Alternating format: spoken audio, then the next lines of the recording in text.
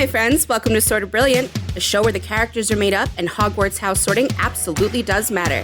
My name is Rachel. And I'm her best friend and co-host, Lauren. Every other week, we're going to invade a fandom and determine whether your favorite character belongs in Gryffindor, Hufflepuff, Ravenclaw, or Slytherin. There's bound to be some arguments along the way. But in the end, we're always right. Well, according to us. According to us. Hello. Welcome back to a super episode. And no, I don't mean supernatural. I'm talking about another kind of super. Aren't you shocked? Didn't even make it a minute. I didn't. It came to me as I was saying it. I was going to drink a beer. Sorry. No, I want to go get it now. Okay. So listen, I have distilled beer, and it's been a day where that has become relevant because they're making Pride beer. Rachel started it. I didn't. What does that even mean? What do you mean? What does that mean? I did not. You started it with Supernatural, and then I remembered that I wanted a beer, and also that it was distilled beer. You know what, Lauren? And then it was Pride beer. Your fucking beer. Thank you. Are you gonna riff? I'm gonna keep everybody company. All right, yeah. I'll be back. You can count. It'll be like 10 seconds. Go ahead. All right. Do you guys want to count together? I'm really bad at math, so actually you shouldn't count with me. Now, Lauren, when she comes back, I'm going to make her think that I was talking really, really bad about her. And you're all going to laugh because we can hear you. You ready? Yeah, she's the worst. The absolute worst. Oh, hey. What'd you guys talk about while I was gone? Nothing. Not you. I heard somebody was the worst. Who was that? Your mom. It's true. We're talking about Superstore. Yeah. I introduced Rachel to this show. I introduced her to a lot of good shows. I do. What other good shows? Veronica Mars. Okay. I'm trying to remember if you've consented to watch anything else with me. I've tried to get you to watch Lucifer with me. I watched Lucifer. Yeah, you said you didn't like it, and I was like, okay, now watch it with me. And that's not going to make me like it. Just like Once Upon a Time, I'm not going to like it. You might like watching. What you might like, Lauren. Once Upon a Time. I like watching things with you. Yeah. It doesn't mean I like the content. Okay, untrue. Not true. If you like the experience, I think you can like the show. And you stopped watching both those things pretty early on. So, untrue. Lucifer is not bad. Lucifer's not a bad show. It gets a little slow. It got slow for me, that's all. Netflix picked it back up. It does much better on Netflix, which is why I think we should try again. Yeah, but Once Upon a Time and she stopped Once Upon a Time before Captain Hook was even really a character, so I know she doesn't know what that show is. They killed my fave, and so I stopped caring. Episode Retribution 9 for the of Huntsman. Season 1, her fave, who had, I think, maybe like 7 whole lines before that moment. Best lines in the show. She's so hot. We're gonna watch Once Upon a Time this summer, fall, Great. however long it takes us to rewatch. She's got Supernatural. me rewatching Supernatural. I've got you rewatching Supernatural. The Star Wars trilogy. Excuse me. This is not a me thing. This is an us thing. Rewatching Supernatural. Fine. We're rewatching Supernatural. She's got me doing the Star Wars trilogy. She wants me to watch Once Upon a Time. Listen, spoiler. We're gonna do an episode on the OG Star Wars trio for Hannah's birthday, which is July 6th. And Rachel's like, I don't need to watch those awful movies again. And then I've seen them earlier this year. She sorted them in the most laughably wrong houses imaginable. And then I explained to her why they were wrong. And she went, oh, I mean, I guess I haven't watched this while thinking about their houses. And I was like, that's why we need to fucking watch it again. So. Yeah, I watched them against my will with my husband. So. Just like she's watching Star Trek. Because I like the sequels a lot. And he was like, then why don't you like the originals? And I was like, oh, I just didn't grow up with them. It just wasn't my thing. And then Puppet Yoda. Oh. But whatever. The baby Yoda is a puppet too. Yeah, yes. But we'll give it a try. I was explaining the characters to her from my sorting view, and she was like, "Ugh, shut up! I don't need to like these movies." And I was like, "Yeah." Poor Hannah. Every time I say I don't like something, which is a lot of things, a long list, she's like, "I'm gonna cut that for your."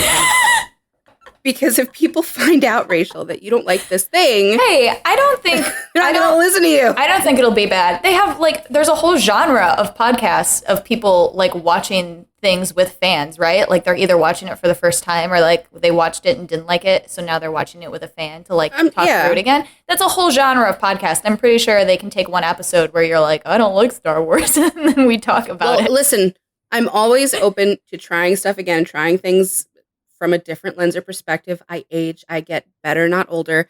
So I, maybe I'll grow into liking it. It certainly happened with Star Trek, the new Star Trek show. I didn't think I was going to like that. It's very good. We had a fight over that. We did, because Lauren was being a brat. I was not. You were being the worst person in the world.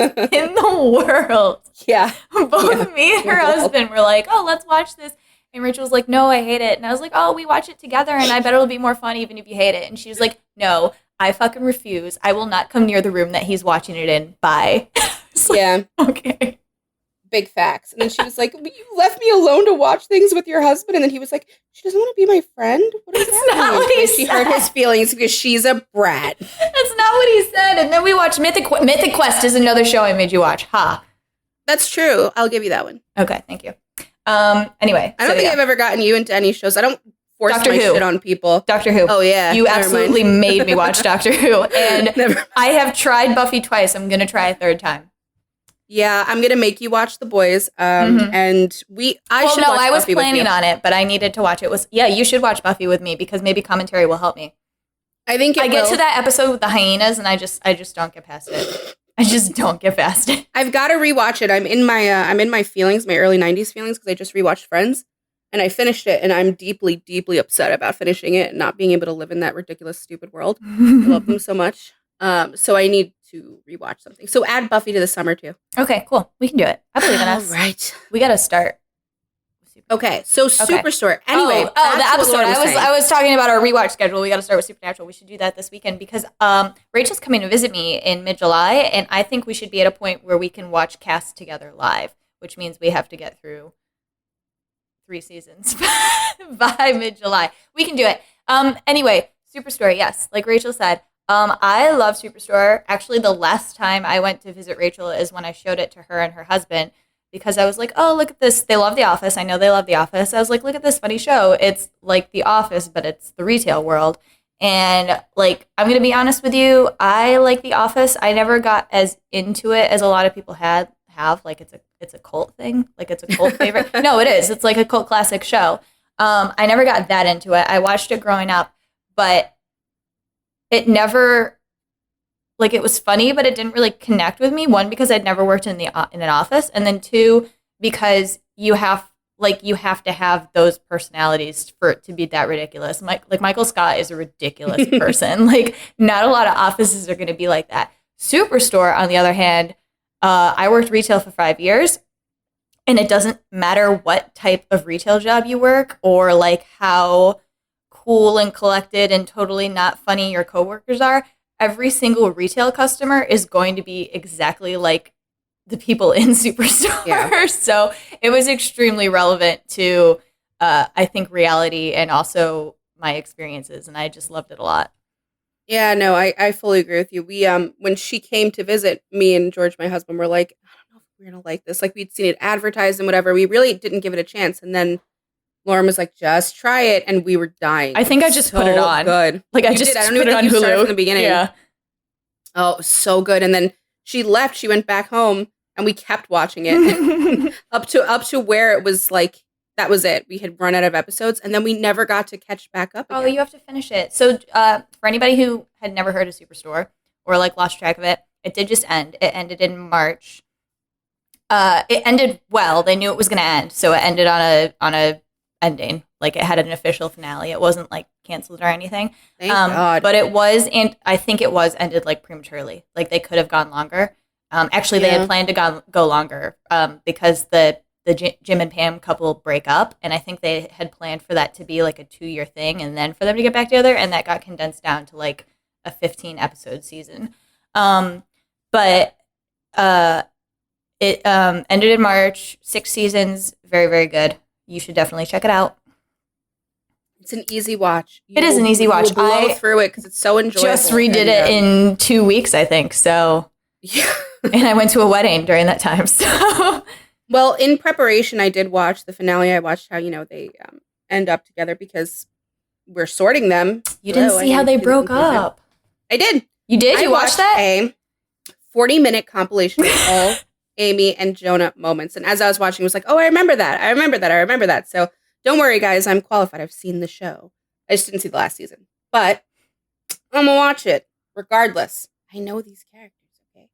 And it's very evident what houses they belong in. Now, Lauren did message me before, like 2 weeks ago or something, and she was like, I know their houses, and she was absolutely right. There's no, it was like, I think I was like 5 or 6 episodes into my season 1 rewatch, and I messaged Rachel, and I was like, God damn it. And she was like, what? And I was like, it's these two again as a pairing and a couple. And I was also like, I think Amy's more obvious than Jonah. Jonah's he's a weird one. He's a little weirdo for his house. And then I think we're going to talk. So honestly, we could do another episode on Superstore. Because they had an amazing cast of, the show was actually fairly diverse. Had an amazing cast of side characters who weren't even really side characters. Like they had their own storylines and stuff going on. An ensemble. Yeah, it was an ensemble cast. Even though Amy and Jonah were like the people you were like, it was an ensemble cast. But we could do another episode. But we might talk about Dina here too, just because Dina's so easy. She's so easy. We'll put her in the advertisements for the episode. I'll put her in a little bubble. She'll be like Keith was for Veronica Mars. Featuring Dina. Yeah. Featuring you got to touch on her. She's really great. Yeah. And we could do another episode on like Cheyenne, Garrett, Glenn, honestly, Mateo. As I was watching the show, I would say like, no, Garrett's my favorite. No, Mateo's my favorite. No, Dina's my favorite. No, Jonah's my favorite. Like it constantly changed because they're all so good. Mm-hmm. But the Jonah and Amy relationship is so well done. Good. And so good. Amy is played by America Ferrera, who I have loved since my Disney Channel days. What was that movie where they were all like, "Si se puede," the cheerleading movie? Wasn't she in that? Yeah. What's the name of that movie? I love that movie. She was in that, wasn't she? Oh my God, I love that movie. Oh, I miss his I loved that movie. Oh man. What was it called? Research Team.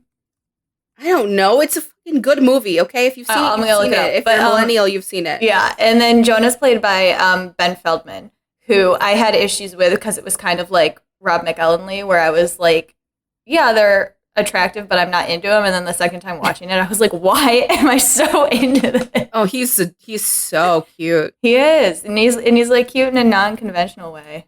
Yeah, I don't know. I think he's pretty attractive, but I like. I mean, Dina constantly calls him like, oh my God, she called him something really funny that now I can't remember. But he's like a little she's just full of twink zingers. Barbie doll. Yeah. He's super cute. Like, I don't even mean that in a but he's like adorable way. Like he's a cute dude. I like him. Yeah. But his house was not as I don't know, observable to me immediately. Like Amy was so obvious. Amy is so obvious. Gotta kick it up. Oh my God. What'd you say? Gotta kick it up. Kick what up? That's the movie. Gotta kick it up. Oh! Yeah, she is in it. She's Yolanda. I knew that's where I knew her from. Okay. Oh, she's so great. I miss Disney Channel movies. Me too. What the hell? Every Friday night, you'd go, let's watch the Disney Channel movie. And it was the film, and they were all jumping around it. Yes. Smart House was so good. Look at the Irish was so good. She's also in Sisterhood of the Traveling Pants. Huge. Is she the one, the Greek guy? No, she's not. No, that's Alexis Bledel. Yeah, okay. Lena. She's Carmen. Sisterhood of the Traveling Pants was my fanfiction reawakening, or not reawakening, awakening. Before I even knew what fanfiction was, I read the second book, and she went back to that fucking island, and that fucking man had gotten another girl pregnant and married her. Costa. Yeah. And I was so furious. I put that book down, like threw it across the room, and I rewrote it where she went to Greece and he was waiting for her. I was like, I cannot handle this. It was horrible as a child reading that and having to go through that. Oh, I felt so bad for her. And then you know what? I don't know what it was, but I don't know if I was a kid and looking at these like really beautiful actresses, but I thought all four of them were so stunning. And I thought Alexis Bledel was so beautiful that no one could ever do that to her. Wasn't that the guy from The Devil Wears Prada? The guy who played the Greek guy? Ooh, is he? I don't know, but he's a piece of shit. He is. Story. He is. What a horrible thing to do. But yeah, she was in that. She was great. She's been great our whole lives. Look at that. Love her. Now, she's very good on Superstore. I think she brings something to Amy that I just really enjoyed watching. Mm-hmm. And I think it has to do with her house, I'm sure. But just she's not. It's like I was watching the Friends reunion and they were talking about the character of Rachel played by Jennifer Aniston. They were like, if she was played by someone else, you wouldn't like her as much. Mm-hmm. And Amy's a very defensive, like argumentative character. Yeah. And I feel like if she was played by someone else, you wouldn't like Amy as much. Yeah, I could see but that. But America makes her so great. She's just lovable. She just is. And you want her. I mean, I guess it's almost the same formula as Jim and Pam because Pam is engaged when Jim shows up, right? Yeah. Okay, yeah. So kind of, but not really because Amy's married. And then Jonah immediately has a crush on her, and then Amy's married, and he's like, oh, and it kind of like settles for a couple of seasons until Amy's like, I'm not happy in my marriage. And then still, it's kind of like you're like waiting for it. You're like, all right. And then she gets divorced, and Jonah has a serious girlfriend. Anyway, I guess we'll get all into that when we talk about them. There's a lot of Ross and Rachel elements in them, too. They're a very classic TV couple that you just root for. I know now it's cool to shit on Ross and Rachel, but Ross sucks. They're the fucking blueprint. And by the way, Jonah has a lot of Ross Geller in him. Hope you know that. Hate to break it to you. He's better than Ross. Well, he's very like him. I was going to say he's better than Ross, but if I were Kelly, I would not say that Jonah was better than Ross. Okay. So. I just have to say, when he... No, you know what? We'll talk about it when we get to it. Was so he did her so dirty. He did. He really did. And then I did. Kelly. I actually really like Kelly. I know a lot of the fans thought she was like annoying and were like mad that she was like in the way or whatever. Annoying. I mean, she was at first, but then it's like the whole thing happens and she transfers, and then they keep calling her back to the store for whatever like insane wacky reason, and Jonah like keeps in contact with her, and she's so like nice and accommodating and but it's like it gets what's annoying. Well, it gets annoying every episode that she comes back where she's like, I hate this fucking store. Like she's like, am I in hell? Is this what hell is because I'm here again? Like I'm like, you go, Kelly. You got it. Yeah, and she's like, all right, well, we'll start with Amy because I want to make comments and I can't because we have to talk about Amy people. In order for you to make comments. Yeah, because I want to keep saying, this is what a would do. Oh, okay. And I can't. So, Amy, complete and total Gryffindor. Like, she just went right in there. She's screaming it at you. She's begging you to see it in her, okay? She's... everything she does, the way she acts in an argument is exactly how I act in an argument. It's ridiculous. I was like, yeah, I get it. Yeah, let's see what you're doing wrong. I do that too. We're terrible. There was there was literally an episode where I told Rachel, I was like, just watch this argument. She was like, why? And I was like, because it's both of them together. Like, this is the argument. And I actually just sent her a write-up of it. And she was like, did you write this? And I was like, no, it's literally the show. And she was like, oh. But it's literally, it's right before they get together. So Amy's divorced, and she finds out that she's pregnant with her about to be ex-husband's baby because they had, like, lonely sex one last time or whatever. And Jonah's had this girlfriend, Kelly, they're about to move in together, I think. Yeah, so he's had this girlfriend, Kelly, for, like, almost a year. And they have this fight where Amy has realized that she has a crush on Jonah, and she's, like, kind of getting in on him about it. Like, he's starting to notice or whatever. And he gets so mad at her because he's like, why did you wait until you're pregnant and I am dating somebody to tell me that you had a crush on me? Like, I've been waiting for you for 3 years. Why do we have to do it all on your schedule? And she's like talking about like, well, I've kind of been having issues with the whole divorce and now being pregnant thing. And he's like, everybody has problems, Amy. And you're just like this martyr and you always want everybody to pity you, but then you can't take it from other people, and like you love being and like you give criticism to other people, but you won't accept it for yourself, and you just want to be this huge martyr. And she's like getting mad at him and like, why are you still here? And he's like, why are you here? You should leave, but you won't. And it's like, it was just this huge, like It's the way she handles that argument is crazy Gryffindor because she like stomps away. First of all, she knows she's wrong. First of all, she knows she fucked up. She can't admit it. Okay, big Gryffindor thing. Yeah, and she's flat out like, well, here's what I'm going to do, Jonah. I'm going to belittle every one of your issues and make you feel small because I need to now bring you down to my level. Oh, is your New Yorker late this month? Like, she just totally makes fun of him. She's blowing up.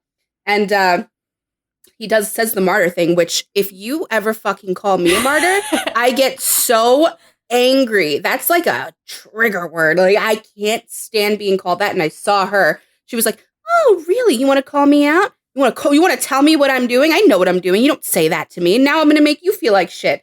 And she basically is like, why are you so mad that I kissed you? Like, what's wrong with you? You're angry that I kissed you? And he's like, no, Amy, that's why they were I'm mad because of X, Y, Z. Very logical, very fair reasons. And I waited. And she goes, the most Gryffindor answer, well, who told you to wait? I didn't. It's so, I'm rubbering your glue. Like, come on, grow up, kid. And she's just, what I think is so funny, it's also what a Gryffindor does. Like, she's losing the argument at the very end of it. And so she just keeps insulting. And finally he says something that's like so mean that she's like, I know in her head she went. Yeah, he tells her, yes. you'll never like get ahead because you're not trying. Like, you're just and that was it. Then she could finally be like, go to hell, you're a dick because I win now. You just know she was sitting there like, oh, good, I was losing that one. And then he crossed the line, so now I look good. Sweet. I'll get into it. I guess we can kind of get into it. Jonah is always the one pushing Amy to things. And I'll get more into like the good stuff. But I'm not going to discredit Amy by saying that she left her husband because of Jonah. Because I don't think that she did. No, she didn't like, I'm leaving my husband to be with Jonah. Because that's definitely not what happened either. But I think Jonah showing up made her realize that she was not happy in her marriage. Like, actually pushed her to start thinking about that. Because first of all, she married Adam because it was the right thing to do. She got pregnant with her daughter in high school, and she was like, and Adam proposed because that's what you're supposed to do when you get somebody pregnant. And she said yes because, like, what else do you do? You got pregnant with this guy's kid. You're a high schooler. Yeah. You marry him. So she got married to Adam because it was right, and she stayed with him for 14 years because that's also what you do. Like, you try to make it work, and you have a kid, and you just like live life. And she was actually like also the breadwinner for those 14 years. She worked at Cloud9 while Adam did his like cooking channel, weird like non-jobs that weren't earning them any money or whatever. And Jonah shows up on this first day of work where he's all like, Amy is very cynical, and Jonah is all very like, whatever you put your mind to, you can make it happen, you know? So he shows up, and she's like, I've been here for the past 10 years, and every single day is exactly the fucking same. And he's like, no, like, a place like this can be really great. Like, you just have to look for the moments of beauty. And she's like, what the fuck are you talking about? We're in a grocery store. Like, we're in a Superstore, Sam's Club type deal. Like, there's nothing beautiful here. But he, like, the end of the episode, he pasted the entire ceiling with glow-in-the-dark stars, and the lights go out, and it's glow-in-the-dark stars or whatever. And actually, it's really funny because, like, later on in the series, they're like, that was kind of a weird leap. Like, if Amy wasn't into that, that would have been really fucking weird. Yeah. So I was like, yeah, I was taking a chance. But like, he pushed her into being like, you should want more for yourself. And he continues to do that throughout the entire show. He's not like pushing her specifically to be like, you should want more than Adam. If she were happy in her relationship with Adam, she would have stayed there. But him pushing her to be like, this isn't where you have to settle. Like, you can have more in your life is when she was like, I'm not really happy with Adam. And then he pushed her into taking the manager job at Cloud9. He pushed her into taking the executive job when that was up for it. Like, he was always pushing her to do things. And he was always pushing her to do little things, too. Like, Amy is a Gryffindor. She's very, like, what's right is right. There was, like, one episode where there was, like, a release of a video game, and one of the store's policies was that you couldn't put product aside for employees. So they were going to sell out of the video game, and Amy was like, I really want the game. And Jonah was like, so put one aside. And she was like, I can't. It's against policy. And he was like, Amy, how do you not deserve to put a game aside? Like, that's stupid. That's crazy. So he convinces her, like, pretty quickly. She's like, yeah, you know what? I do fucking deserve this. Like, I'm going to put a game aside. And whenever it's like little shenanigans like that, he always convinces her, and then they always end up going way overboard because Amy takes it and like runs with it. She's like, I deserve this so hard. And, like, and in that episode, they end up like crawling through the tunnels of the store. It's like, such a good one. It is. It's really cute. But yeah, but he's always pushing her to believe that she can have more. And once he convinces her, she's really into it. Like she goes from being a floor worker to the floor manager, to the manager of the store, to an executive in the parent company of the store in the 5-6 years that the show is on. And that's all Jonah telling her, you can do these things and you should do these things. Do them. Yeah. Like, yeah. Well, I think she really tried to force that relationship because I think a lot of it is with Adam. It's the right thing to do. Yeah, just to bring it back to what you were originally saying. It's she didn't just end the marriage because she was hot for Jonah. It took a lot for her to even admit. Yeah, and they went to that counseling. She liked him. Mm-hmm. Yeah, and she tried. And she actually, the first time that she tells Adam that it's not working, it's like she's calling him about something. Oh, it was after the tornado because there was a tornado, and she kissed Jonah. Happy. And she kissed Jonah, and she calls Adam to say, and she kissed Jonah because she thought they were all going to die. They were in a tornado. It was really scary. And she calls Adam to go, hey, I'm alive. I'm okay, and I'm not happy. Yeah. It's like, wow. Like, she just had... I think people in other houses maybe would give up a lot quicker in their sinking ship of a relationship, but the thing about a Gryffindor is that their natural state, or our natural state of being, is to be like, oh, I'm suffering, good. Like, I deserve that. And she does flat out tell Jonah, like, everyone and everything sucks. That's just life. And he's like, wow, bitch, you broken. Like, that's actually not how life has to be at all. I will say to her credit, though, when she gets pregnant with Parker after she's broken up with Adam and Adam finds out that it's his baby, he's like, oh, you can move back in with me and we'll get together again because we're having a baby now. Amy's like, no. She's like, I got out of this. Yeah. I've tasted freedom and the life that I actually deserve. And turns out suffering every day is not the best. Right. I'm going to be cynical as hell, though. Like, she's still, I feel like towards the very end, all the way to the end, she's very like, yes, everything sucks. That's how it is. And even though she climbs up the ladder, still, she's the cynical, like, sarcastic person, always annoyed, always like, everything is shitty. Yay! At the end, she gets a little like, we can do it with the whole saving the store thing. Yeah. So she takes it all the way to the end, and then in her... I don't know if we want to go there yet, but yeah. Why not? Well, we're talking about... Because there's so much stuff in the middle.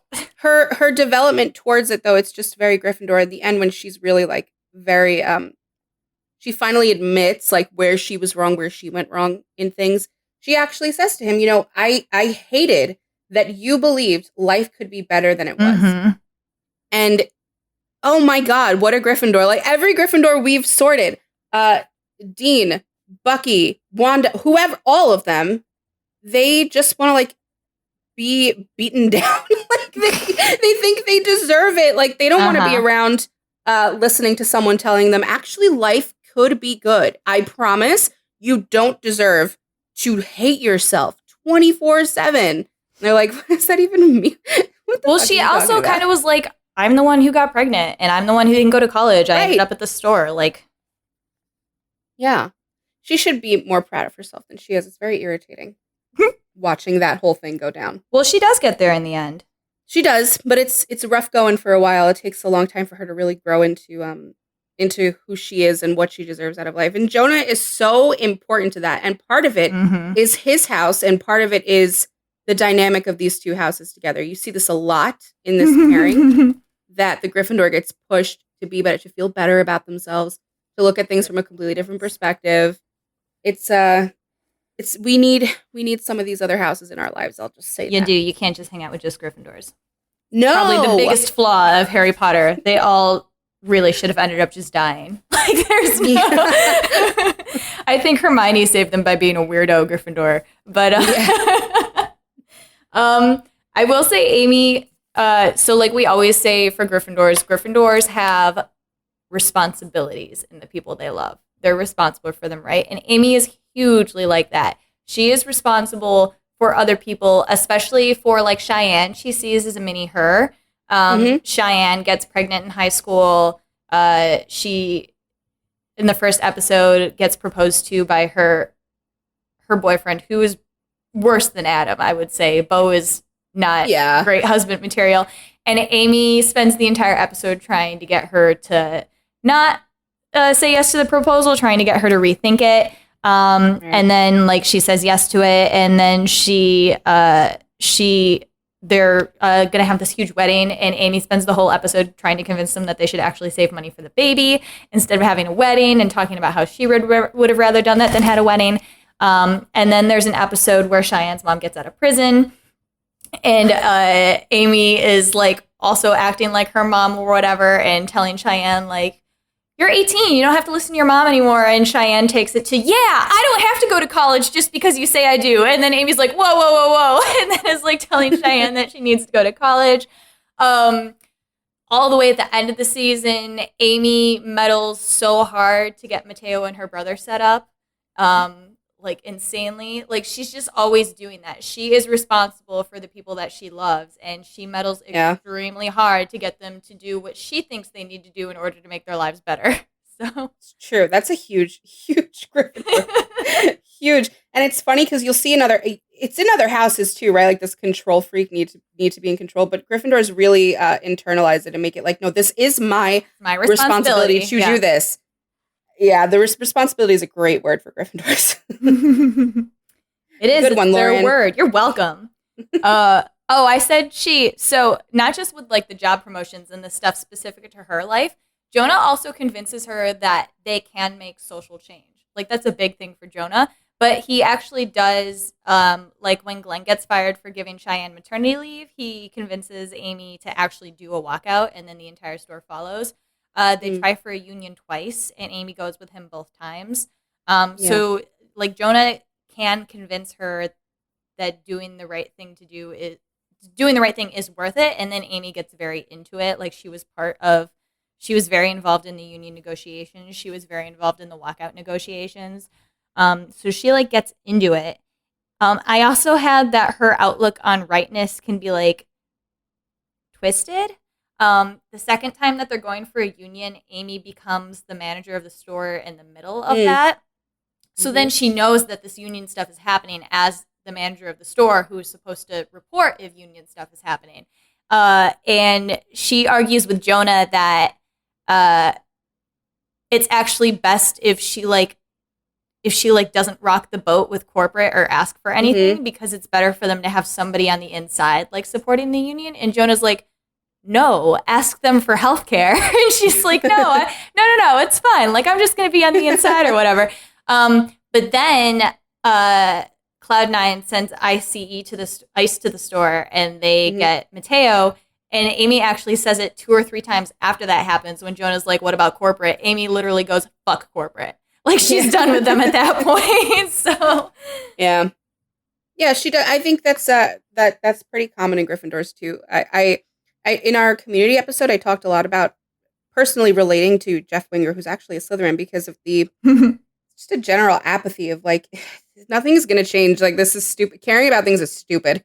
And I think that can happen to a lot of Gryffindors, because it's very, if life sucks in some capacity and you are the kind of person who feels like you don't deserve good things, then you start to see the world through that lens. And it's just like, good things just don't happen. You can't actually make a change. You can't actually, like, that becomes almost not your moral code, but it just becomes something that you really believe in.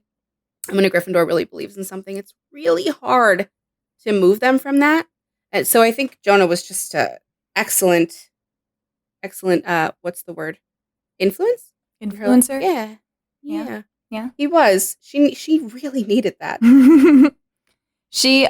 So like early on in the season 2, Jonah actually calls her the responsible one, because she's like not having any fun or whatever. And that's the episode where they take the mannequin and dress it up as Jonah, and he like starts getting really annoyed by it. And Amy like takes it, starts dressing it up a lot. Like, she's really into it. And she does generally like to mess with Jonah. She points out all his like stupid little things, and like when he gets something wrong, she loves pointing out when he gets something wrong. So I feel like that's very Gryffindor. It is. She's also, like I said, she was the manager of the store. She became corporate. She's a fantastic leader, and she did play the Gryffindor game of not wanting it at first. Like, we've already talked about how much she didn't want it, or she didn't think she should be able to move forward. But Glenn actually offers her the job of floor manager, and she says no. She's like, I am not going to do it. Like, it's more work for less pay. Why would I do this? Which is fair. But Glenn's like, it like leads to more things, blah, blah, blah. And she eventually takes it. But she is playing that Gryffindor game of like, I may be naturally good at leading, but I am not, like, it's just not something I don't want to do for me to do. Yeah, I don't want to do it.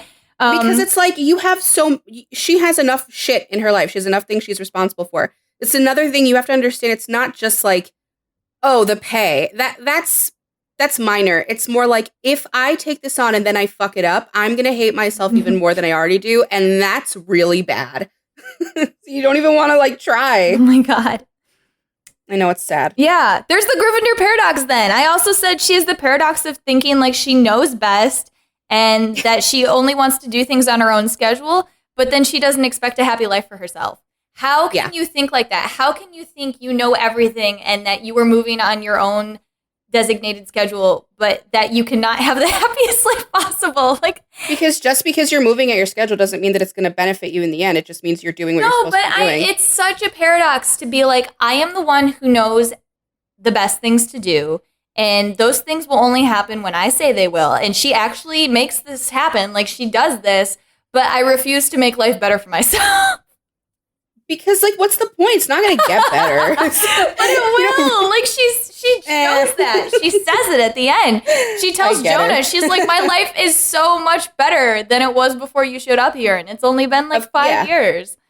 Well, you got to get there, But it makes sense while you're in it to be like, yes, of course I know best and I'm going to do everything. That I'm the only one who can do this and accomplish this. Yes, you're all stupid. I'm smart.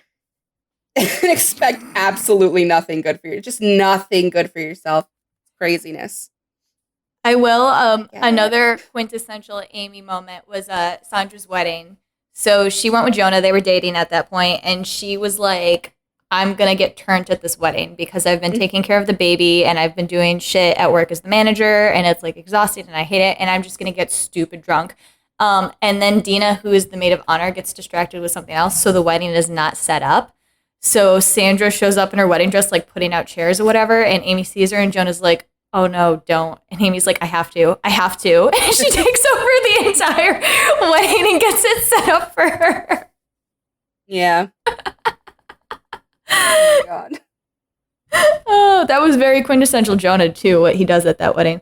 And then, so the first time that Jonah and Amy have sex, it ends up being accidentally broadcasted on television to all the Cloud Nines without them knowing. They didn't know that this was happening. So they get suspended for that. But when they go back to work, they're expecting, like, obviously, we're going to get shit for this. We had sex on camera. Everybody saw it. Like, obviously, our coworkers are going to give us shit. And nobody says anything to Amy about it. And then all the guys are like calling Jonah J-Bone and being like, how good was Amy? I bet it was like, like, that sort of thing.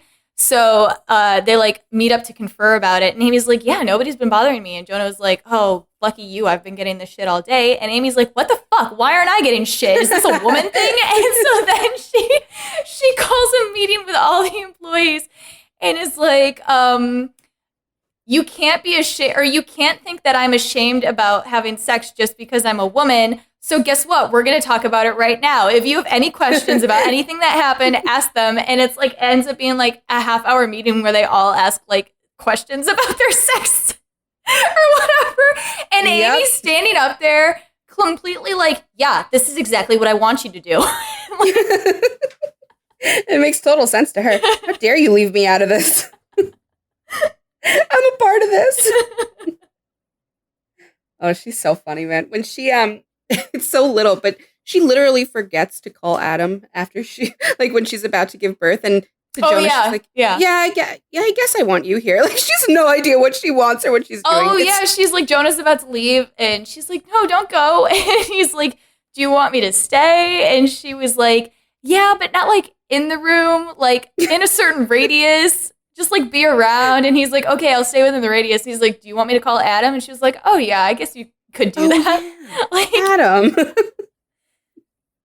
Well, no, that's a whole thing too, because her health insurance doesn't cover the nice hospital. So then they go to the clinic And then Jonah's like, I can pay for the nice hospital because they were told it was a $2,000 room. And she's like, you can't like cover it. I'm not going to let you do it. It's not even your baby. And Jonah was like, no, like obviously this is worth it. And then they go back to the nice hospital and then they're like, the room is $2,000. The actual birth is like $20,000. and then they have to go back to the clinic. Yeah. Oh, the costs of childcare, of childbirthing. Yeah. Bad. It's real childbearing. Bad. Childbearing. But she, honestly, one of the biggest Gryffindor moments is that the big fight they have before she goes. Oh yeah, when they break up. Mm-hmm. That was I don't know so if you want to go awful. there yet, but no, I did everything, so we can talk about the end. Yeah, she's just like, why did you? I am gonna say too, when they did this, I was like, this is contrived, right? Like they just needed her to leave without Jonah. But the second time I watched it, I was like, I get it a little. Like I still relate to Jonah because for reasons we'll go into it. Oh no, I was 100% with Jonah, and I would have done the exact same thing. Would have done the exact same thing as him. Like she was like, I'm not going to marry you, but also come with me still. And Jonah was like, no, like I'm staying here. She didn't want to give the answer then. She wasn't ready to give that answer then. But he said, he was like, do you want to marry me ever? And she said, no. How is she supposed to just know that? If you love somebody enough, you should know whether you want to spend. And also, they had been together for like 3 years at that point. He was raising her 2-year-old with her. He was basically his dad. Asked him? And he was like, do you ever want to marry me? And she was like, no. And then he was like, okay then. And she was like, but we can still be fine in California. And Jonah was like, no, I'm not coming with you anymore. And then she was like, well, what if I get to California and I realize I made a mistake? He's like, I guess you know where to find me. But I would have been like that too. I'd have been like, I'm not going with you. That's an incomprehensible response to me. I thought that was the most ridiculous answer. I was like, you just stood your ground so hard, and then you were like, but I'll still be here. Like, what? Throw some balls. No, he wasn't saying it like that. He was like, what? Yeah. That's how I took it. No, because she did do that, and he told her no. Yeah. So he wasn't saying it like, I'm just here waiting for you. He was like, oh, you thought you made a mistake? Well, you did. Guess you'll know where to find me to tell me that. Doesn't mean I'm going to come back. Like, yeah, but then she does. She's like, why did you wait? At the very, very end, she's like, why did you wait? And he's like, I told you where I'd be. So he did mean it like that, No. He didn't say that. She said, why did you work here for so long? Why did you stay here for 6 years? Because they had watched all their interviews, and Jonah was like going through his interview list when he got hired or whatever. And he had like 30 jobs. And she was like, how many jobs would you say that you've had over the course of your life? And he was like, I don't know, like more than I can count. And she was like, why were you here so long? You've been here 6 years. Why did you stay? He's like, why do you think, Amy? Like, why do you think I've been here? But he stayed even after she was gone. Probably because he wanted her to come back. No. Stalked her life. But that was a Jonah thing, too, because Jonah just doesn't know what he has no direction. He doesn't know what he's doing. And I think Amy was a big part. But not Amy leaving, because it's what prompted Amy was them saying, we don't know where Jonah's going because he just broke up with Hannah, so he might go back to Chicago. So it's not like he was going to like stick around. Yeah, I guess so. But I do think that part of him was sticking around because it reminded him of her. Or he wanted her to come back, or he was a little bitch for her. Well, that's true, but no, like, and he went for the floor manager job after she left. He basically said, like, I should start thinking about moving forward in life. He tried to get another job. He went for the solar panel energy job. Like, he tried to leave the store. It's Jonah's character that he does not have much. Well, that whole, just the argument where I just think it's not fair to ask someone that I know the show did it on purpose. Obviously, they needed something, right? Okay, but I don't think it's a fair question. I understand, kind of, but also they'd been together 2 years. He was moving out. It doesn't matter. He was moving. They had been living together. He'd been raising her child. He was moving out to California with her. I don't understand how it's at all unnatural for them to expect that the next, very recent next step was going to be marriage. And she got really fucked up about it. She because hadn't. She had just come out of a failed one. It hadn't. It had been a while. It's not like she had just broken up with Adam. But because it's not just a breakup, it's a divorce. And it was a huge part of her life. And there are children involved. And she already feels like that was a massive failure and a massive stain on her character. She already feels terrible about it having happened. So she probably has insecurity around marriage. And it's also just shitty to give someone an ultimatum that way, to go answer the question logically, clearly, or I'm walking. He was asking, he didn't give her an ultimatum. He didn't say, I'm walking if this happens. He said, please answer me, will you ever be ready to marry me? And she said, she flat out was like, no. He said, do you want to? Yeah, do you ever want to marry me? Like, because he had told her, he was like, he had said we can have a long engagement. Like, we just want to promise ourselves. That's so annoying. How? That's so fucking annoying. Don't tell me what to do right now. He wasn't telling her what to do. He was saying, don't tell me to make this huge decision right now. He was telling her, this is where I'm at. And if you can't ever meet me here, then there's no reason to continue. And she said, no. You can't, because, first of all, you come out of fucking left field. I don't care if it's been 3 years, 4 years, 5 years. Maybe she didn't ever want to get married again. So maybe that's a conversation. It wasn't out of left field. How was it out of left field? And also, they had conversations before where she was like, we're going to spend our lives together. That doesn't mean marriage. I feel like they probably had those conversations, though, Rachel. They were living together. Okay, then this wouldn't have been such a big blow-up conversation. And we're having a child together. I think Amy's problem was that it was a failure thing, but it was that so much change was happening. She was moving to this new state. She was moving to a new job, a big job. I don't think she could have handled if she had moved there and she hated California and she was bad at the job, and also she couldn't keep the marriage going with Jonah. Right. And when you put someone like that in that position where they're already under so much pressure, and I'm going to say a Gryffindor, when you put a Gryffindor under that kind of scrutinizing pressure when they're not ready to answer, they're going to say something that's going to hurt your feelings or blow some shit up because she just wasn't ready to answer. And it makes sense, sure. Maybe it makes sense to people like Jonah. I'm not going to say the house yet. Maybe that makes sense. It's an easy question. It's yes or no. It's not that easy in the brain of someone like Amy, like a Gryffindor. It's not black and white. Nothing is ever black and white that way, especially when it comes to emotions. She's got so much on her head, on her shoulders. She's so scared of so much. It's another thing to add on top of it. That's scary, especially after failing in your first marriage. It's scary. It's a scary question to have posed to you. Here's the thing, too, is that Jonah didn't even get to ask. Amy pushed him into telling her what he was doing because she started freaking out about it. So right. Okay, she wasn't ready for it. Yeah, he wasn't ready to ask yet. He hadn't asked her yet. We don't know when he would have asked her. She started getting paranoid and freaked out about it and pushed him into saying, this is what I'm planning on doing at some point in our future. Okay, but she's freaking out about it now, so make her feel better and don't demand a response now. It's very clear to me. You don't have to demand a response from someone.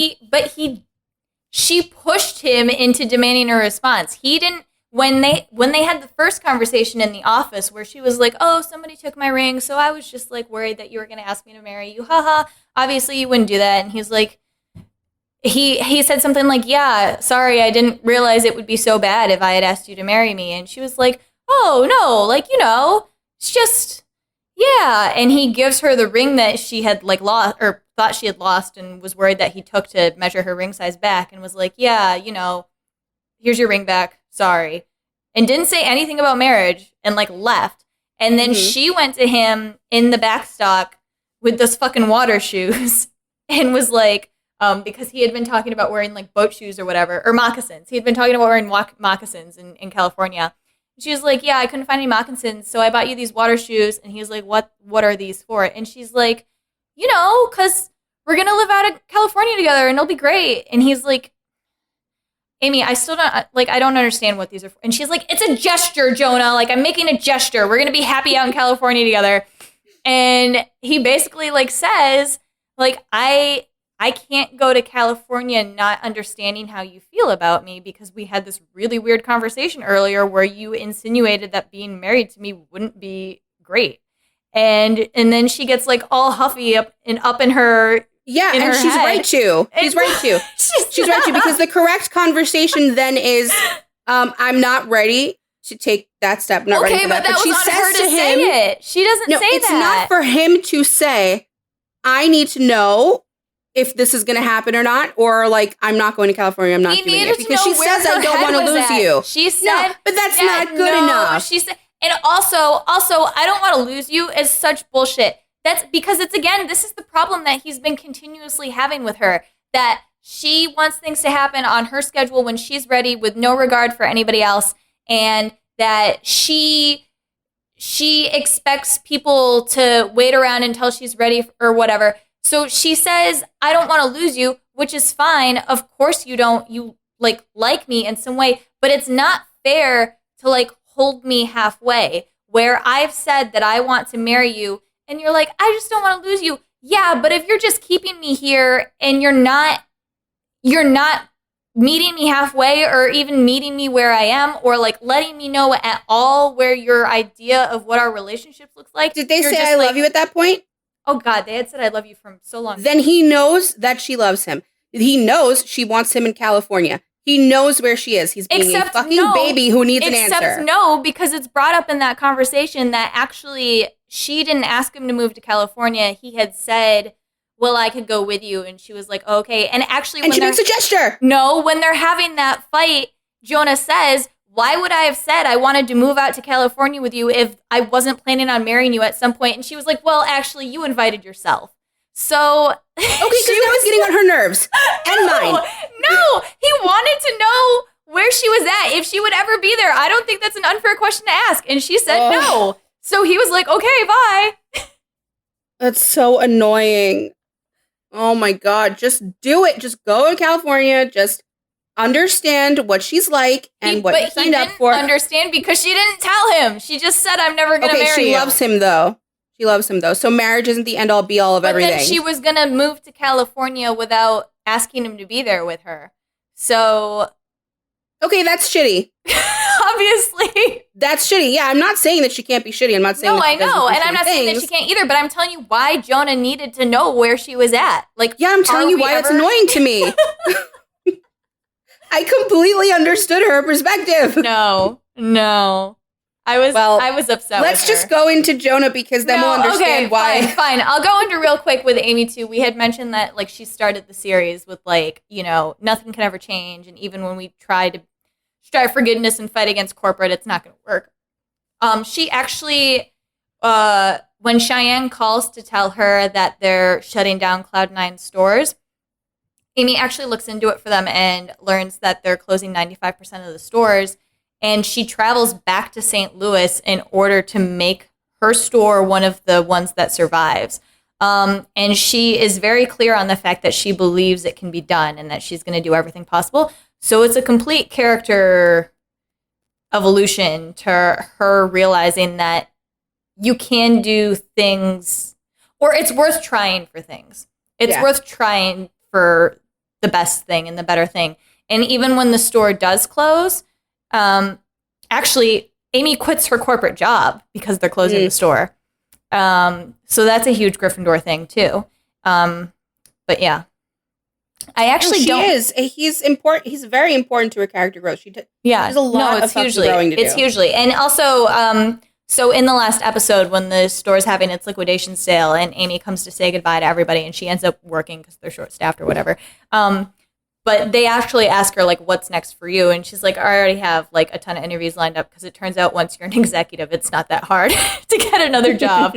So yeah, her actually working to be better worked. Like, she's set. Yeah. Good for her. Yeah. I'm proud of Amy. I really like her. Totally get her, understand her, agree with all of her decisions. Okay, now if you want to know why Rachel and I just fought so hard right there, it's because Jonah Sims is a Slytherin. Yeah, and I don't get your bitch ass screams. He's a little weirdo for a Slytherin. He really is. He when really she first is. said it, I was like, you sure? It's a weird one, but she made a good case. He is. He's a little weirdo Slytherin. So, like, one of the big things that we've always said about Slytherins is that they need some sort of, like, end goal. They have something that they're working towards. Jonah does not know where his life is going. He has no clue. So he supplements this not knowing and not wanting to think about it with a bunch of really, really, really short-term goals, right? So he goes to business school and he drops out in a semester, and it's this huge failure. He's kind of I don't want to say a burnt Slytherin because that means a different thing, but he's a Slytherin who has failed. He went to business school and he couldn't hack it. That was his huge thing. His family is fairly successful. He has 2 older brothers who are pretty successful, parents who expect a lot out of him. He cannot hack business school. So he gets in his car from Chicago and drives. And when he stops at a gas station for chips, he sees that a Superstore is hiring, and he walks in and gets hired. And he just supplements this with he's very, like I said, he's very social justice. So he supplements not having an end goal with a lot of causes. He goes for the union. He goes for raise the wage. He's always going for like feminism and, equality. Like he is like the smart person in the store that's always going for these things or whatever. And so actually in the first episode, when he meets Amy is out of uniform. So he is just hitting on this hot girl that he sees. And he tells her that he just got hired there and he's working there.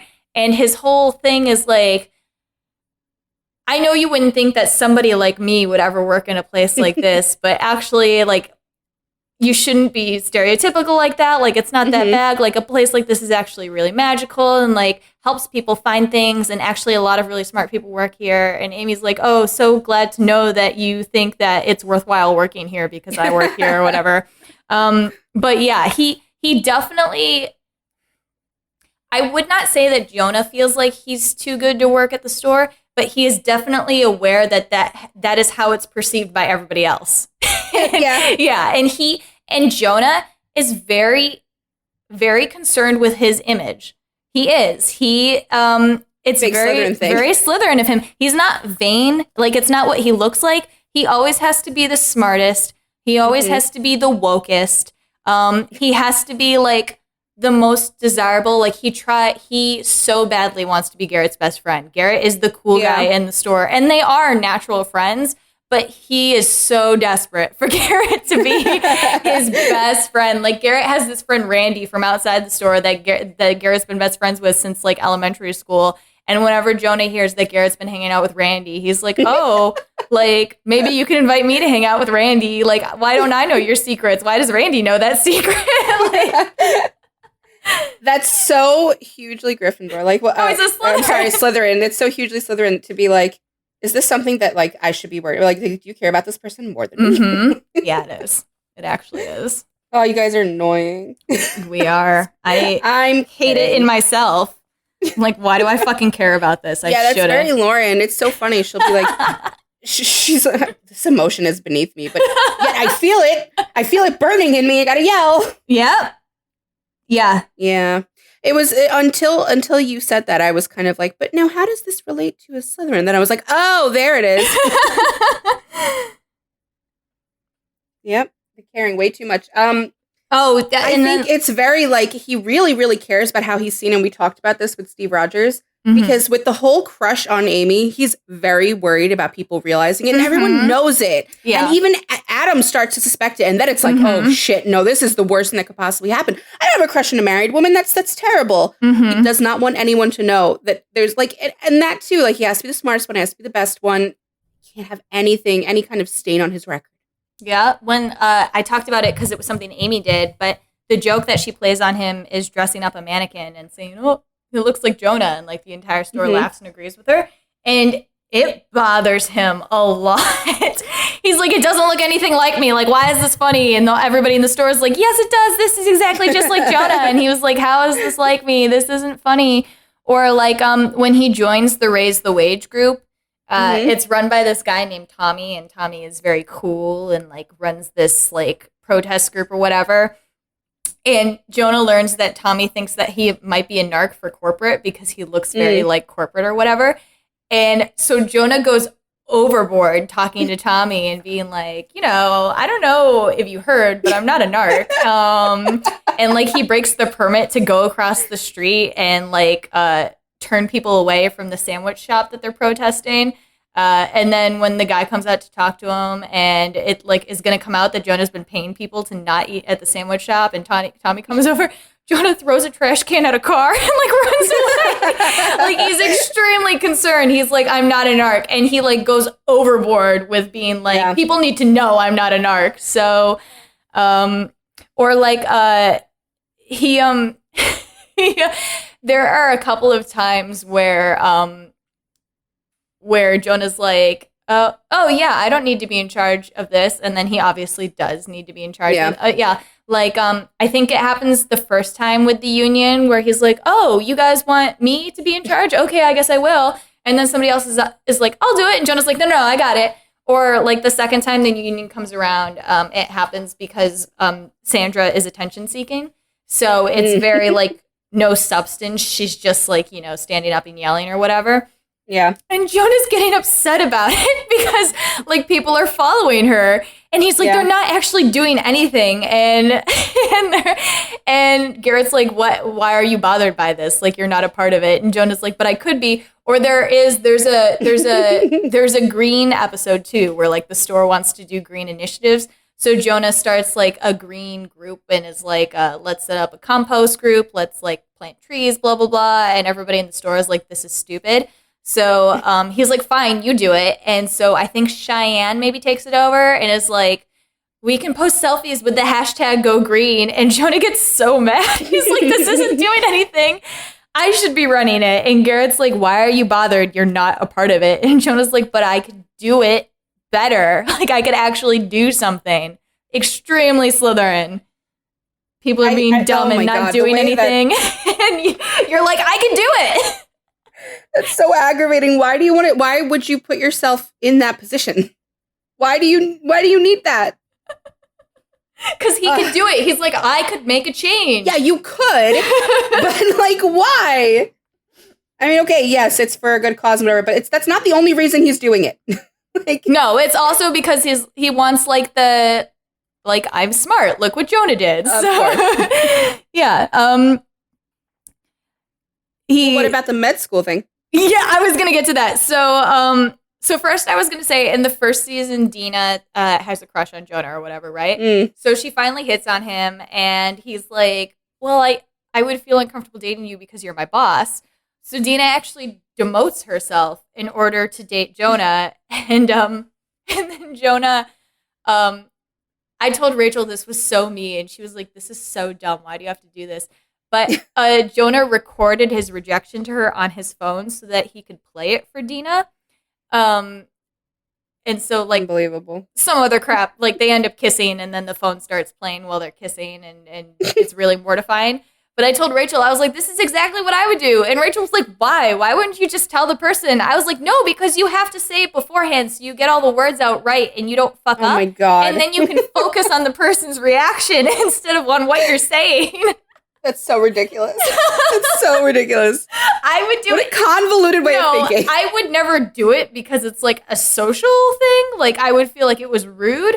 But Jonah did it. And if I could do it, like, without caring, I would. So, you know. If you could do it without no one ever knowing and ever seeing you do it and knowing that you did a bad thing. Right. Yeah, exactly. Yeah, but like Rachel said, the medical school thing. So Jonah's been working at the store for 3 years.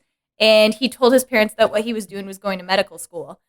So he was a third-year student at medical school. And so his parents actually come down to visit him and end up at the store to buy something. And Jonah's there working, obviously. And Amy's the one helping them. And they, Amy realizes what Jonah's been doing. So she actually helps him with this lie. And he pretends that he doesn't work there until the end when he's like, I didn't go to medical school. I actually work here. And his mom starts crying or whatever. Like, you can tell how much pressure is on Jonah from the fact that he told that lie. And Amy says it, I think, best. She was like, Jonah's not a bad person. Like, this is one lie that he told, and it didn't hurt anybody. It was in order to make you feel better. Like, he's doing fine.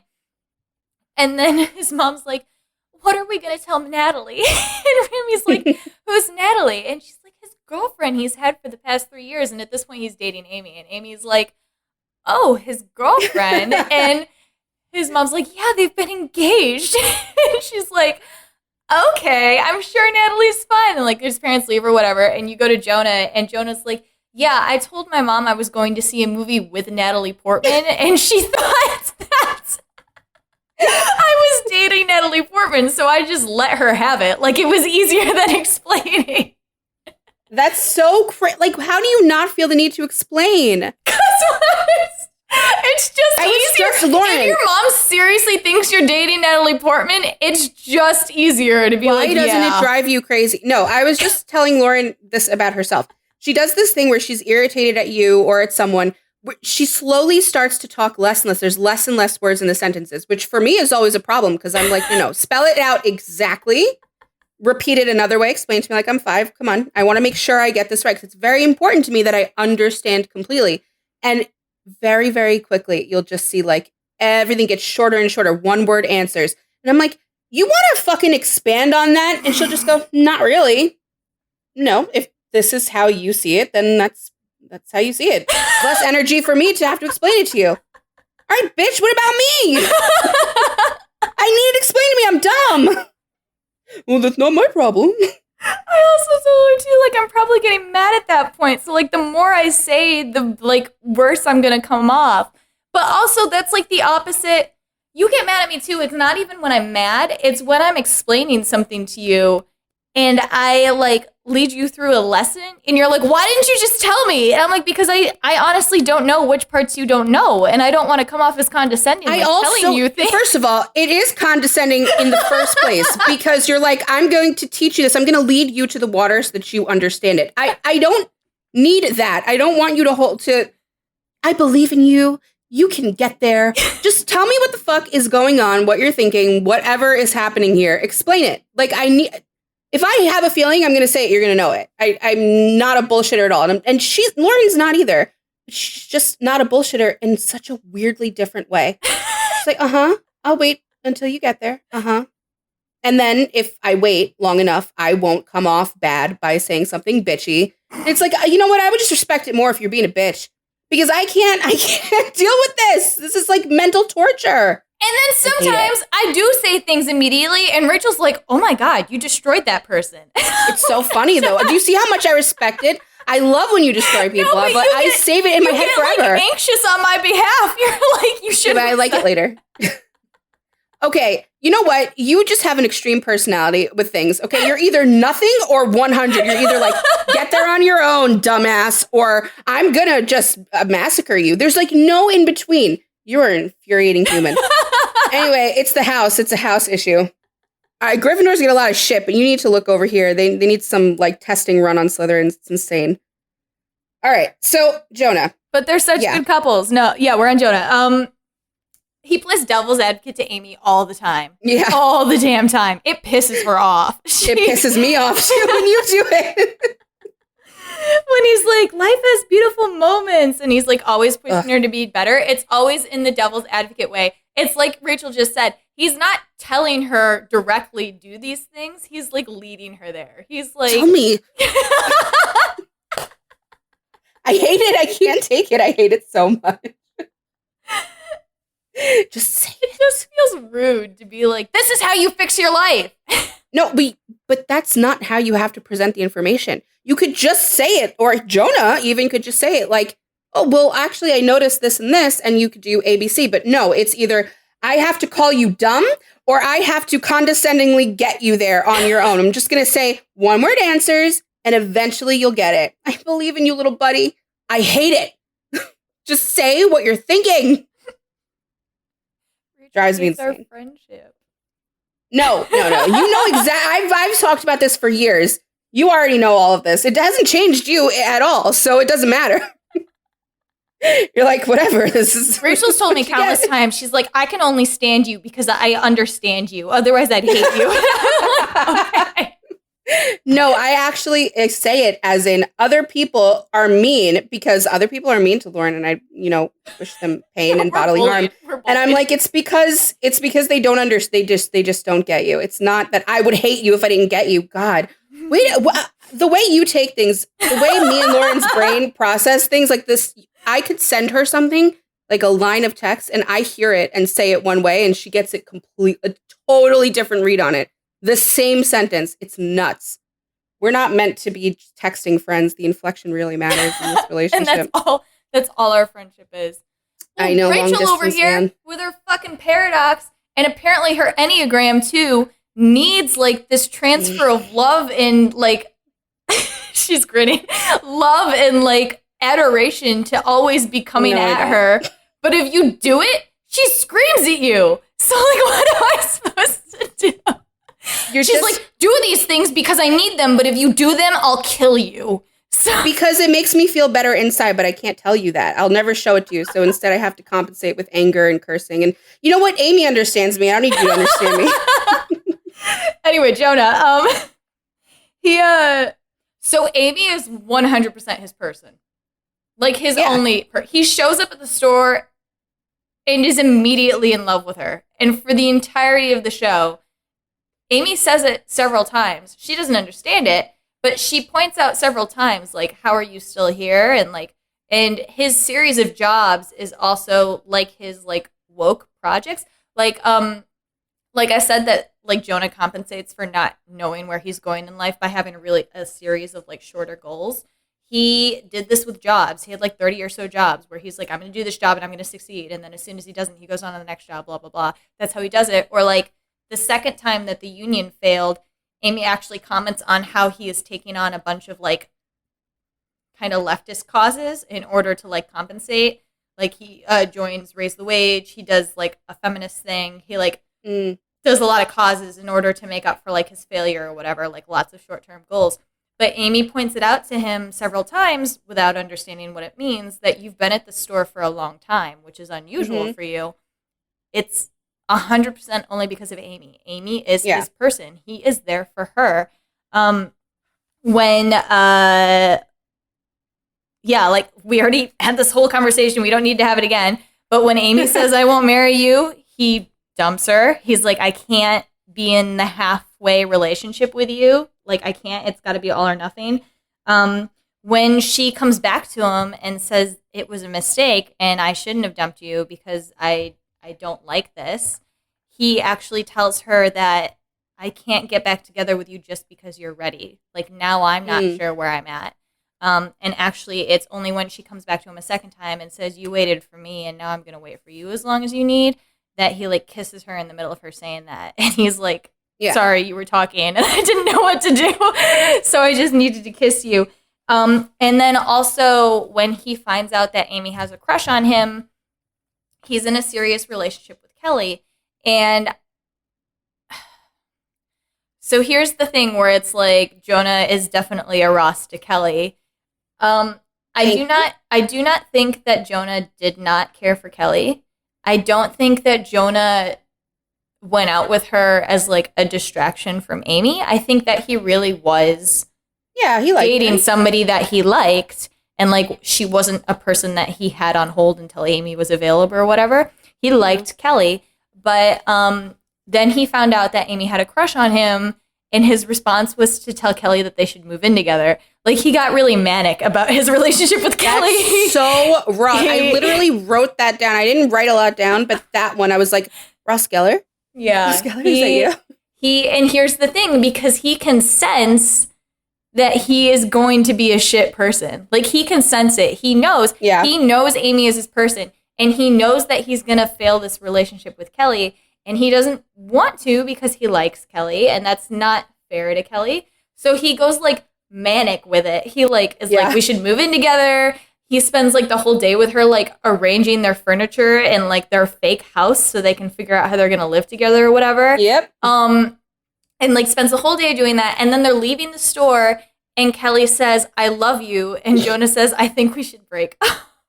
Because that's the point where he's like, I cannot do this with Amy available. Yeah, he was like, I can't say I love you back. And Jonah, at least, is a pretty nice guy. So he at least realizes, like, it's not very fair for her to say I love you and for me to be like, I'm in love with someone else. None of what he was doing was fair. None of what he was doing was fair. No. It it was a good gesture to break up with her, I guess. Not in the way that he did it, but because he did do it. She was like, I love you in the parking lot. And he was like, I think we should break up. Like, they were about to go to dinner with their parents, I'm pretty sure. They were about to go to dinner with her parents. Yeah, so. The other Ross Geller moment is when he finds out they're in the break room and they're talking about the kiss. Everyone's seen the kiss. And he's like, yeah, so I had a little crush on Amy. Okay, whatever. And Amy's like, yeah, and so I had a little crush on him too. And he's like, what? You what? Oh, yeah, when he was dating And it was Kelly. very Ross, like, when were you under me? Like, what does that mean? Yeah. Same dynamic. That is when I think he first realized, he was like, oh no, this thing with Kelly, I'm going to fuck up. Because he was dating Kelly and the tornado had happened before Kelly came along. So Kelly was like, why should I be bothered? Like, they kissed before I even met them. And Jonah was like, but wait, Amy likes me? Like, what? What? I was also going to say that Jonah is extremely, incredibly loyal to the people that matter to him. Like, not just his person. Emma at her quinceanera gets high. And Jonah makes a complete fuck up of himself and like totally alienates Amy's parents in order to keep Emma's secret that she's high, because Emma didn't want anybody to know. So yeah, he makes an extremely bad impression on Amy's parents in order for Emma to feel okay and comfortable. Emma is Amy's daughter. Then when Garrett lets out Dina's birds, Jonah tells Amy right away that Garrett did that because boyfriend, girlfriend, you tell each other things. And then Garrett is like, I don't want you telling Amy. And Jonah goes back to Amy and goes, you can't tell Dina and you can't tell Garrett that you know, because I wasn't supposed to do that. And Amy gets like upset with him and Garrett gets upset with him. But Jonah right away is like, oh shit. And is like, I don't care whether it's right that Dina should know that her birds got let out by Garrett. Garrett asked me not to tell anybody. So yeah. But then actually it was so funny because it got switched because Garrett effed up massively and ended up having sex with Dina after he let all her birds out without telling her that he did. They're crazy. But Dina loves these birds more than life. More than life. And Garrett lets all of them out and probably gets them all killed. And then Garrett feels bad and is like, I need to tell Dina. So he like takes Dina out on a sympathy lunch or whatever and ends up back at her place. And then Dina's like, do you want to have sex? And Garrett does it. and so then they get back and Garrett tells Amy and Jonah what happened. And Amy, who had been on the side of you need to tell Dina before that happened, is now, well, Jonah, who had been on the side of don't ever tell Dina what happened, is now like, okay, you've had sex with her. Now you need to tell her. And Amy was like, no. Now she can never know. She can never know. She's absolutely right. Yeah. Oh, man. He really is a Slytherin. That's incredible. Because he's just not, as a cursory glance, he's not what you would immediately think. No. I mean, there's another episode. So when he, sorry, I keep hitting things. When he left business school, he got deferred for 2 years. So he had an old colleague show up at the store and this like all came to light or whatever. And Amy got mad about it because she was like, you have somewhere to go. Like, if this fucks up, you can go somewhere. Like, I have nowhere to go if this fucks up. And she was getting all mad at him. And Jonah was, like, getting all, like, up on his high horse. Like, you want me to cancel the deferment? I'll cancel it. And then I'll be just like you. And Amy was like, yeah. So they, like, went into the office to do it. And Jonah was doing it. And the administration's officer is like, actually, your deferment ended and you can't come back to school. And Jonah gets really freaked out and is like, what? What? And it's like, put me in touch with the person that can get me my deferment back. And, like, is freaking out about it. And Amy's like, well, you were going to cancel it anyway. And Jonah's like, no, I was never going to do that. I was just telling you that I was. So, like, he needs the backup plan. Like, he needs somewhere to go. When he doesn't have somewhere to go, he's, like, flipping the fuck out. That's true. And then there's also, again, in the last couple of episodes, when they're like, Cloud9's closing, everybody turns to Jonah and is like, so what's the plan? And Jonah very logically is like, I do not know what we can do at this point. Like, there's nothing that we can do. And everybody is like, no, we could do, like, you always say that we can do something. And he's like, I don't have anything. But then he's sitting with his girlfriend at the time, Hannah. And Hannah was like, yeah, you're right. There's nothing you can do. And Jonah, like, gets all mad. And it's like, there's 5% of stores that aren't closing. Like, we could have a chance. We could do something. So, like, he logically knows, but anybody else says it to him, and it's like, fuck no. Like, I can do something. So you. Yeah, very mean. Anyway, these Gryffindor Slytherin couples just keep coming. Yeah, because look at the dynamic. It's like Mhm. such completely different brains, but really weirdly similar. Like Their really fighting weirdly similar is with super sexually compatible. So Yeah, it is, and it's something like you put that in media. You put first of all, you put two completely different characters like that in media, and people are like, hell yeah. But it's this specific kind, and I just feel like so many of these will they won't they couples are this Gryffindor Slytherin match. It's nuts. And then the weird ones like Dash and Lily aren't. And then you're like, they're weird actually now that I'm thinking about it. Like, are they compatible? This is kind of weird. Actually, I'm not even going to think very hard about this because we're actually going to sort them. But thinking like surface level, I would not say Jim and Pam or Slytherin or Gryffindor. Surface level. But, like not but thinking, I don't No, think I know, they but I'm were- thinking like iconic couples. Like No, for sure. I just didn't. Jim and Pam's very sweet and low level. Yes. I wouldn't say they were like a passionate like. Okay, you're right. I guess you're right. Yeah, they're very similar. I wouldn't be surprised if they end up in the same house. Weirdly, but I haven't. Again, it's not a show I've watched through the lens of that. Yeah, I need to watch it again. I haven't watched it since I was a teenager. Another one that we are eventually going to sort down the line, and it's. I'm like, are you fucking kidding me? And then, the one we were just talking about is one. So yeah, but shh. That's the one I'm talking about. Oh, is it? Down the line? All right. Yeah. Which I'm very excited about. Are you? But yeah, no, it's just another one. And I have a feeling that we're going to keep coming across them and we need to start like ringing a bell or something because it's getting like a supernatural mention. You keep asking Hannah for sounds for supernatural. I'm going to need them. It would have went off in the first second. It should be like a roar and then a hiss. It's so ridiculous. I love it. Yeah. No, they're listen, it's a popular pairing for a reason. Even like just even as friendships, I think they're great. Like people are very into Harry and Draco, which I'm not. Hermione and Draco have a pretty big Hermione Draco, yeah. People like the Slytherins with the Gryffindors, and it's just really interesting that it comes up in completely unrelated. I'm sure a whole corner that I dare not venture into is very into the idea of Snape and Lily. So, Yikes! Not a big fan of that one. No. Of course you're not. You're the biggest James Potter fan. No, I'm the only James Potter fan in the world. So. The only one in the world, yeah. Yeah. I think I'm the only person who says Harry Potter is their favorite character in Harry Potter. Yeah. You're so no one else does. You're so with the culture that you're counterculture. Yeah, that's true. I'm that cool. Anyway, next week, 2 weeks from now, is not a normal episode. We will not be sorting a show. Rachel and I were so excited. A new podcast, which is now no longer new. I think they're 6 weeks in now, dropped. They're called The Nerds Are Typing, and they're basically us, but with MBTI and Enneagram. They're us, but smart. Yeah, right. They have actual research to back them up. They really do. Yeah, and they know what they're talking about with Hogwarts houses. I don't know that they sort the same way as us, but they are familiar with Hogwarts sorting. So we are very excited because we get to talk to them, and maybe in the future we have some ideas of how we could do like a sorting episode. But I just want them to rip my personality open. Rachel doesn't want that, but I'm extremely excited. So Rachel and I had known our MBTI. Rachel's actually really into that, and she made me do it because she immediately looked up whether or not we were allowed to be friends. We are.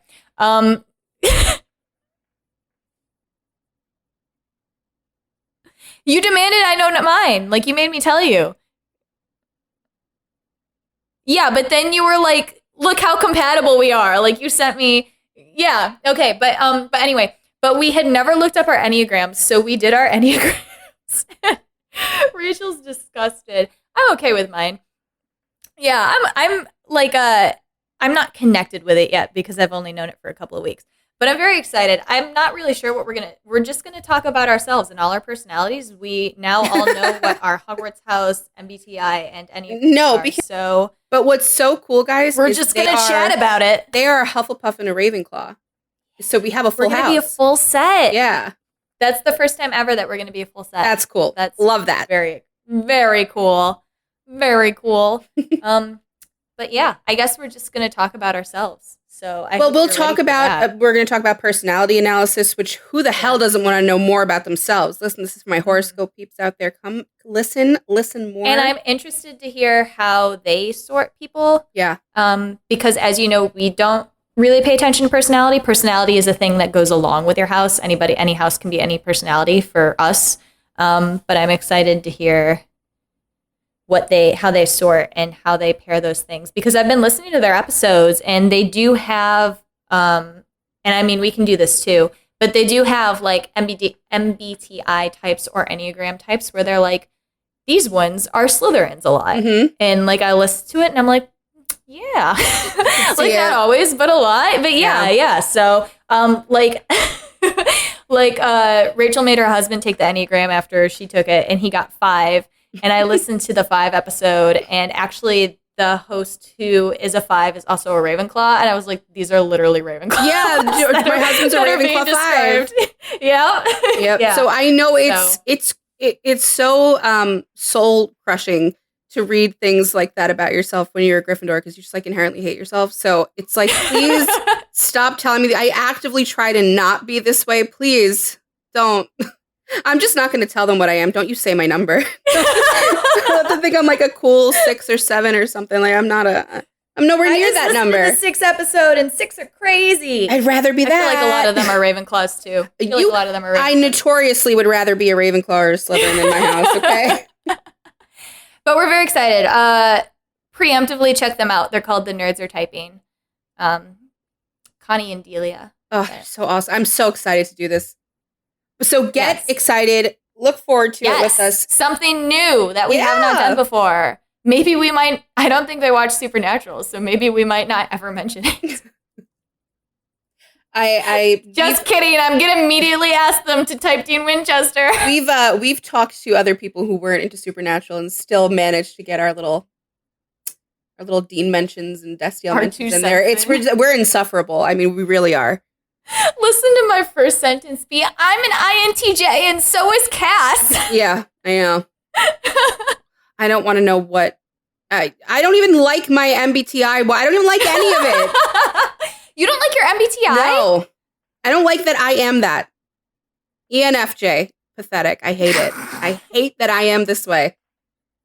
And I will try my hardest to not show people that I am that way. I'm cool and above it all. I have no feelings.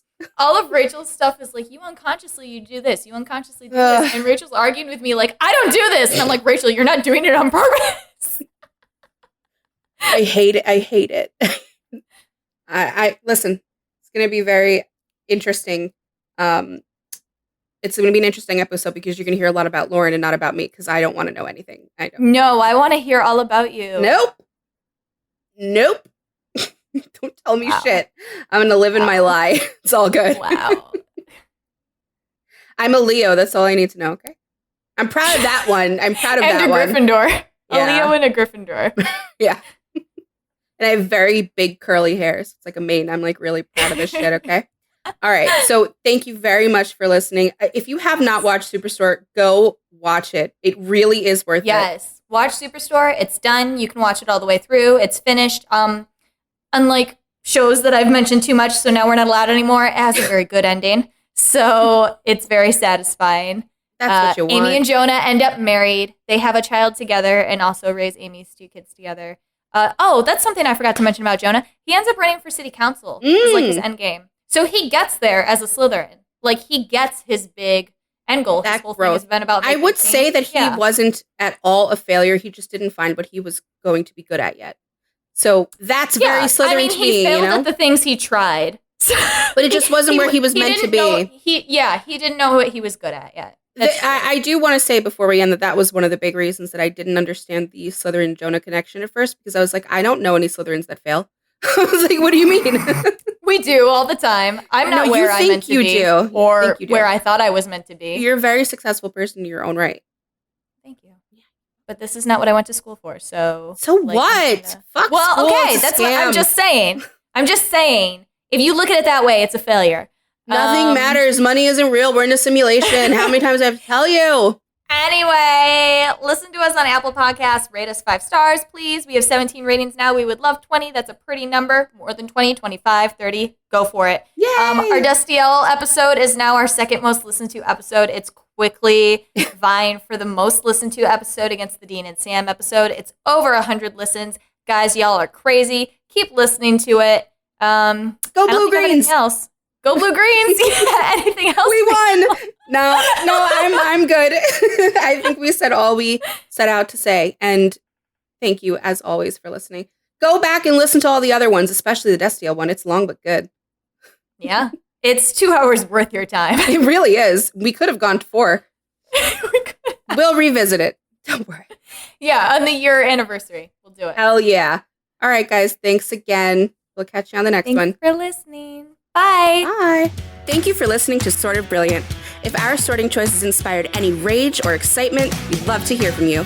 We're open to feedback, suggestions for characters to sort, and solid counter-arguments with citations. Never forget your citations.